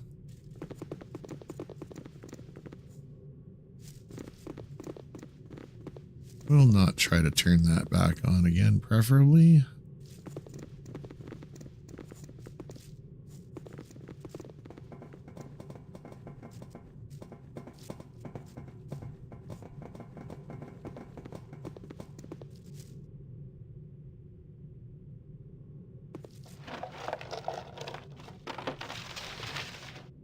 I don't see any. Oh, no keys. Let's do a quick save. I kind of want to check out this,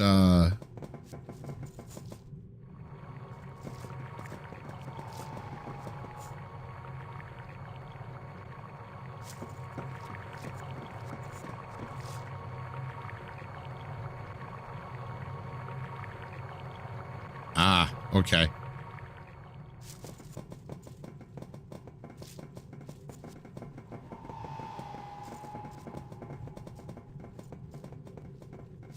Let's see if one of the things I've got on me now. The master does not will it. Wow, a golem. Powerful magic stuff. Odd that it's not hostile. I suppose its maker didn't expect us to escape, so it never got orders for restraining us. They only do what exactly what they're directed to. They don't really think. If it hasn't been told to keep quiet, we might get some information out of it. Prisoners, you must not escape. The master does not will it. What your master wills matters not to me, Gollum. Who is this master you speak of? I am not permitted to speak with the prisoners. Return to your cells. It is the master's wish. I will not return to that cage. You are mindless Gollum. I shall find no answers from you. Master wants me to be free. Release me. Only I release the master's prisoners. You are his and must return to the cells. It is his wish.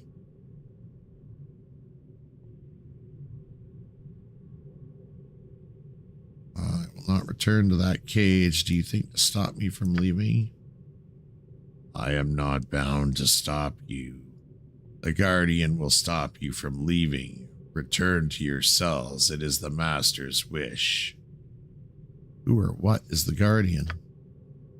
The guardian will keep you from the master's chambers. You must return to your cells. It is the master's will.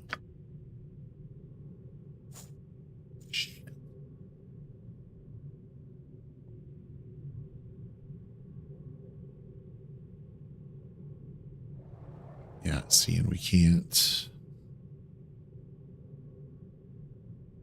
I wonder if we talk to the other golems.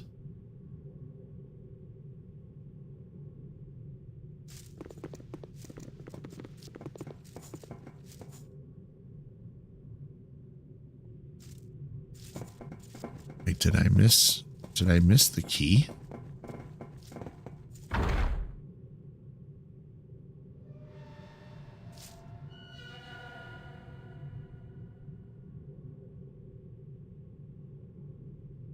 Hmm.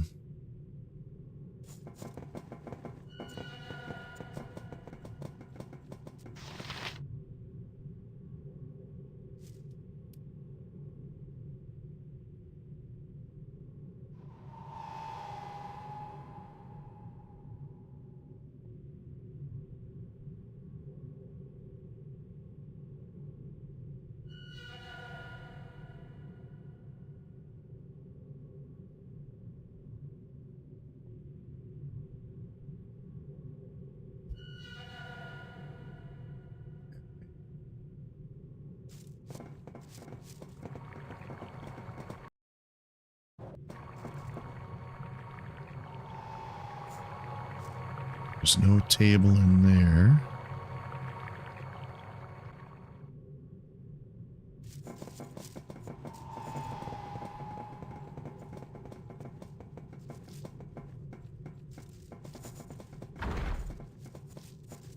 Hmm.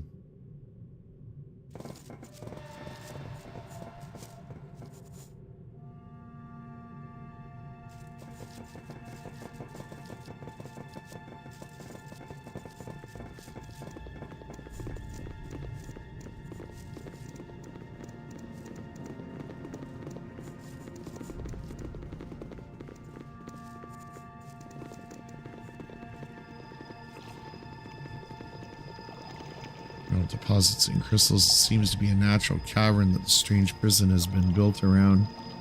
It holds an hour of power. Several pools with swirling lights grace the edge of the rough cavern.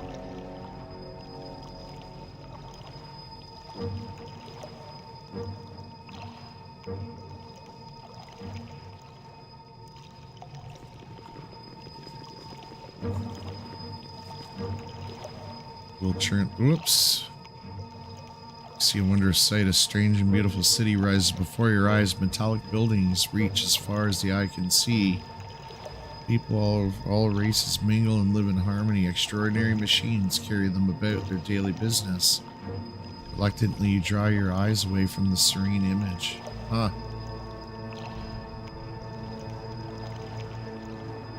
It's rage where a brother slays brother, and the only peace to be found is that of the grave. Just as quickly, the vision slips away and the pool is again empty. Strange lights dance within as you stare at the pool, catch a glimpse of a cityscape for a brief moment. With absolute clarity, you watch as the city changes, ages pass, and the inhabitants drop their primitive tools and ways. Discoveries are made, and the minds of people change and grow, every day grasping a new fact or invention. The image slips away until you see only a pool.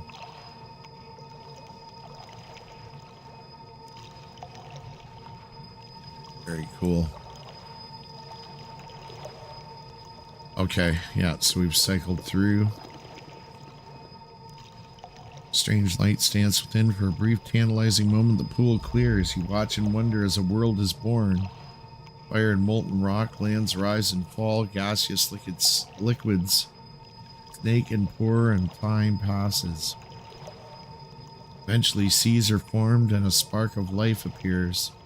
First organism is created and plant life begins its slow, inevitable blanketing of this new world. Life within the seas becomes a savage fight for survival. Creatures seek safety on land. It is merely the first. As pioneers grow and change from giant lizards to tiny insects. They change and the world with them. Heat and ice change places, and eventually a stooped, hairy beast begins to walk on two legs.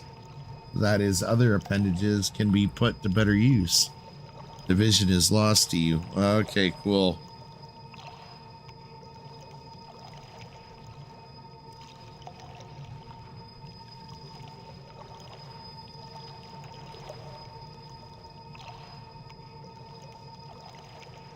See a man walk by, filthy and primitive, from a pouch unsecured of uncured animal hide. He pulls the stick, held taut and bowed with a piece of dried sinew.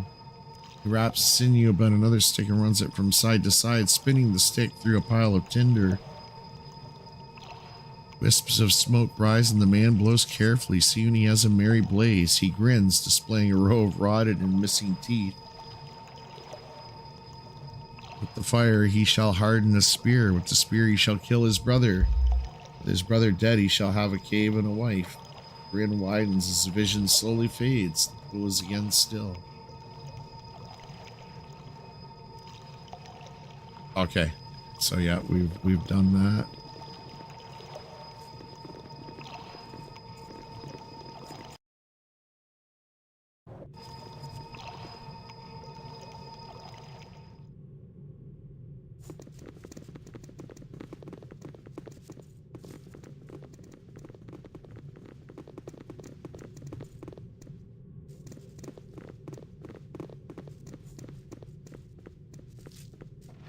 No, not stuck. I'm just taking a look around. Master, is it you? You've given me no eyes. I cannot see you. Oh, yes, it is I. Have you been performing any services for me? I have cleaned the sewage chambers and fed your guardian. Do you wish me to open the doors to the pit and begin my duties again? I do wish it. Open the doors and perform your duties. You have not activated my movement functions. You must use the activation stone. Oh yes, here's the stone. I bow before your will, master. And love it.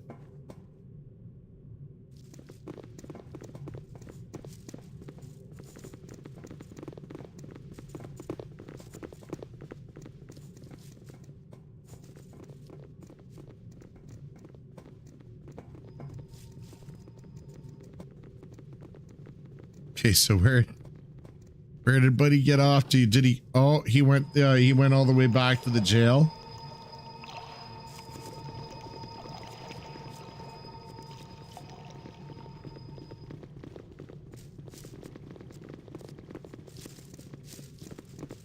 Freaking sweet.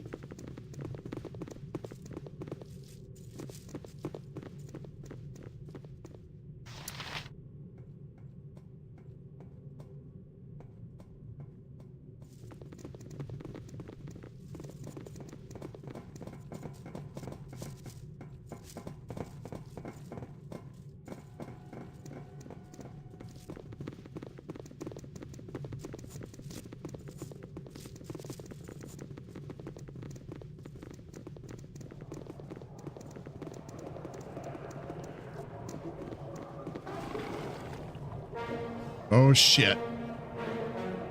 Oh, an Otiag. Ugh.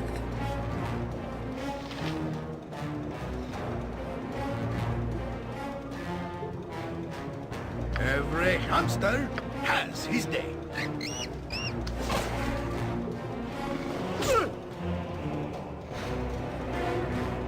I am ready. Oh shit.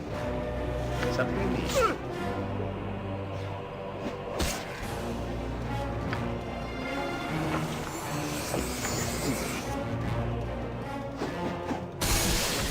Nice. As you will.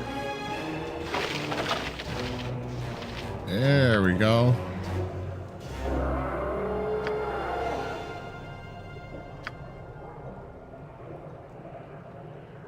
Ready and willing.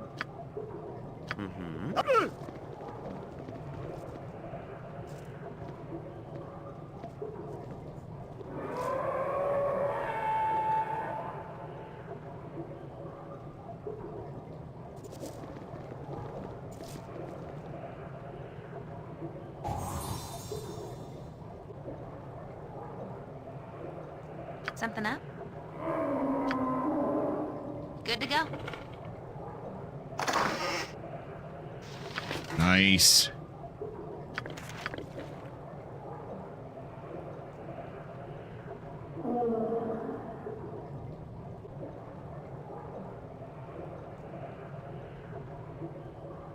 Something you need? I wouldn't dream of refusing. Time to move? Right you are.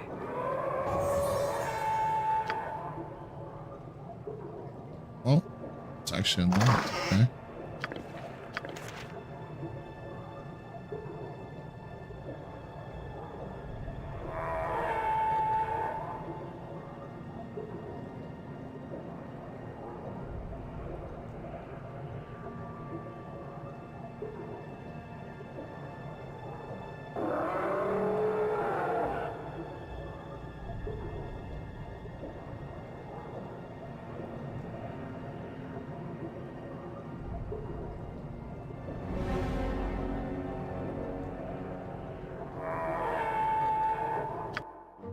So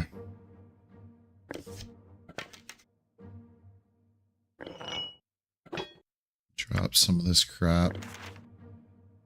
Like, I'm not gonna have her learn spells because, well, I don't wanna spoil anything. But I do know that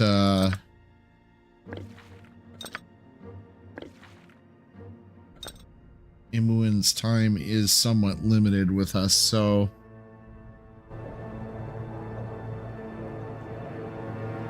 Yep. All right, all right.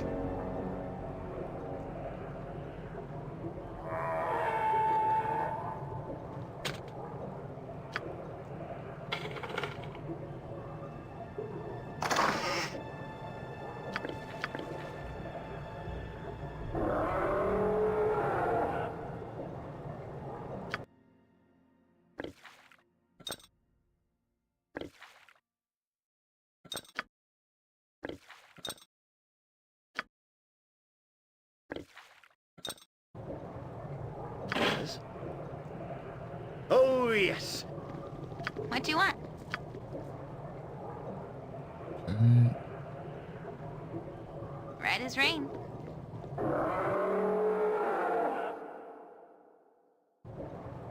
Mm-hmm. Just as I thought.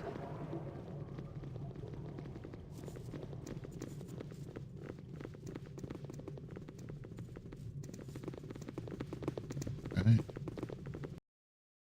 So that isn't a door, so we'll head back.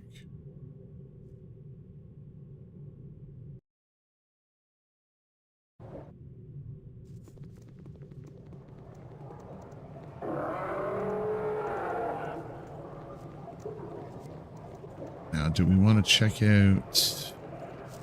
I kind of want to check out the central... I want to check out the doors over here first.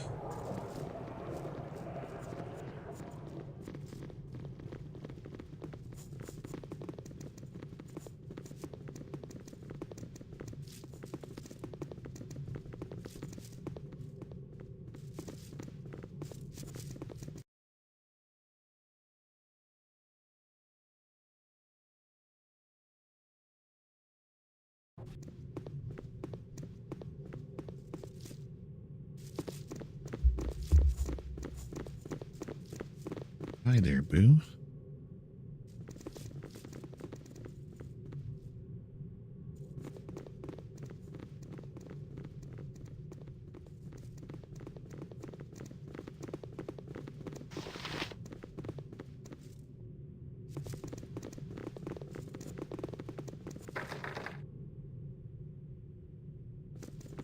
Oh, okay. Oh, come on, Boo. Sorry, guys. My cat decided she wanted to play too. So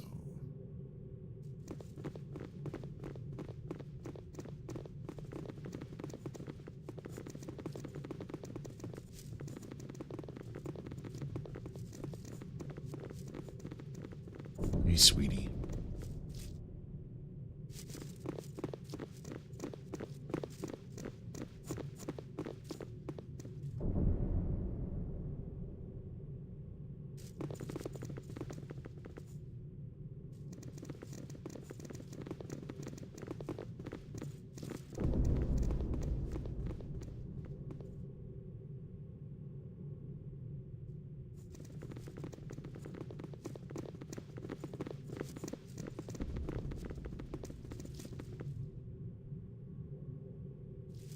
That's the library.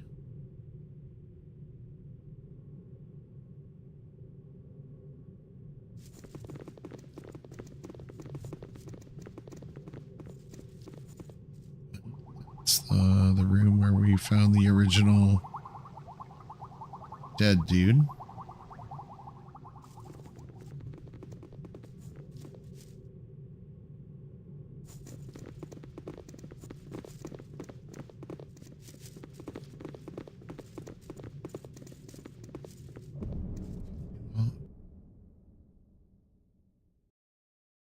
We got that. We got that.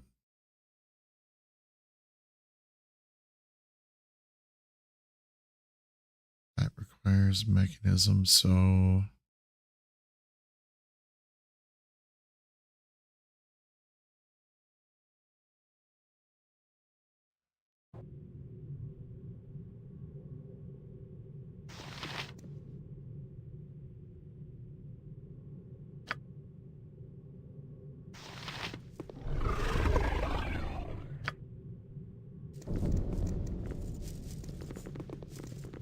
okay.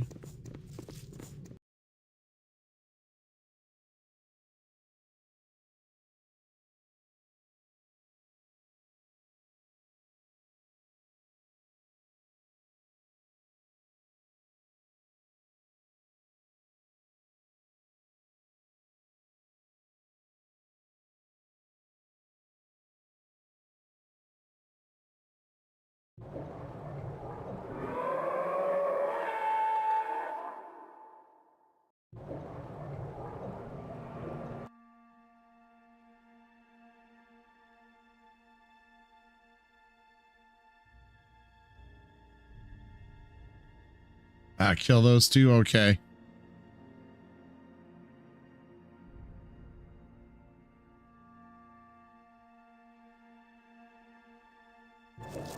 Just want to make sure I didn't miss anything in here.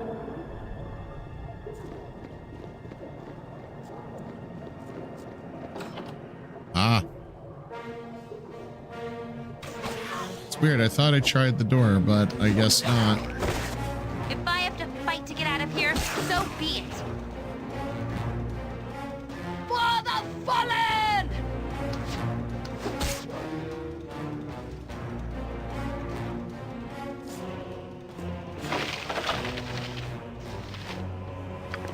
Hello.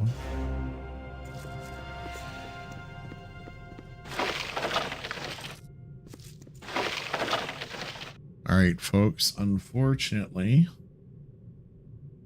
it is that time for me today, as I do have to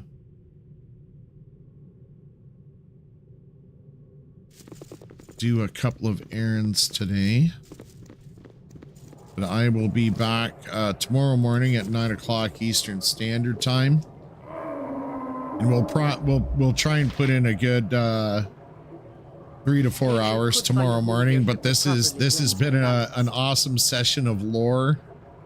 I do have to go back to the library and finish reading that up. But I want to thank everyone who popped into the channel this morning. It means a ton to me, guys. Please remember to hit the like and subscribe button if you haven't done so already. And also hit that notification bell so that way you don't miss any of my yeah, I got all the treasure boxes in the room. I just didn't take everything. Oh, actually I'll take the splint mail. And give that to Minsk.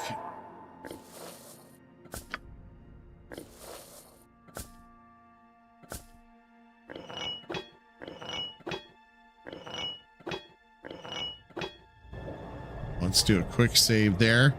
But yeah, I will be actually I will be back tonight at 8:30 Eastern Standard Time for Final Fantasy 14 and more of the Hildebrand Manderville quest series. Then tomorrow I'll be back at 9 o'clock Eastern Standard Time for in the morning for more Baldur's Gate 2 playthrough. And like I say, we'll try and get in a good 3 to 4 hours tomorrow. And then Sunday night, is more Hildebrand Manderville Final Fantasy 14. But yeah, guys, be good to yourselves. Be good to each other. And this your buddy Runewyrd signing out for the morning. And we'll see you down the line.